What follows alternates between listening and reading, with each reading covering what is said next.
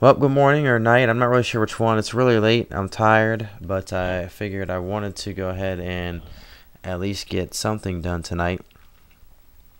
Um, and so I figured, why don't I just do a post that's relatively easy to do, but still very useful.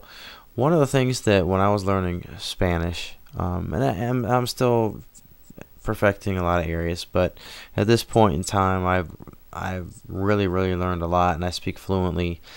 But one of the areas that everybody needs to master is verb conjugation. How you actually change verbs into the different tenses so you don't speak like a robot. Um, One of the greatest tools that I ever came across was the 501 Spanish verb book. I still actually have it, although I don't need to use it anymore. Um, Here it is right here.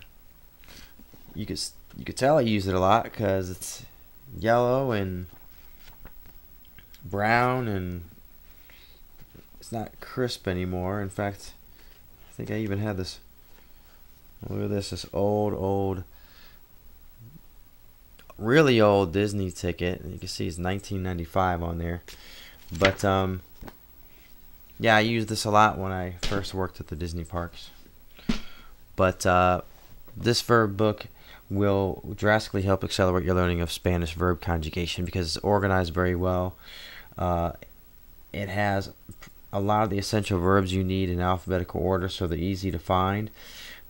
But I would say one of the biggest, the main features of this book is that at the beginning of it explains how to use the different tenses, because some of the verb tenses can be quite confusing, especially like some of the past tense where you get when you're trying to compare simple past to imperfect past. So in my example on the blog post, I mentioned, well, how do you know the difference between yo fui a la playa or yo iba a la playa? When you're talking fui as I went one time, you're referring to a one instance, maybe last Saturday. Or yo iba a la playa, this is a regular pattern that happened in the past. You used to go there, whatever, once every month or so on and so forth. So those are explained really well in the book, not to mention the subjunctive mood, which confuses a lot of Spanish students. Um, if you really want to practice verb conjugations, the best way I came across was writing either emails, texts, or IMs. IM and text were good because it forced you to think fast, which really begins the process of being able to think in Spanish if you're in situations that make you think on your feet and quickly. But there weren't excuse me, by writing, it's not as quick as speaking. So you still have a chance to organize your thoughts and see the words on the screen before you hit send.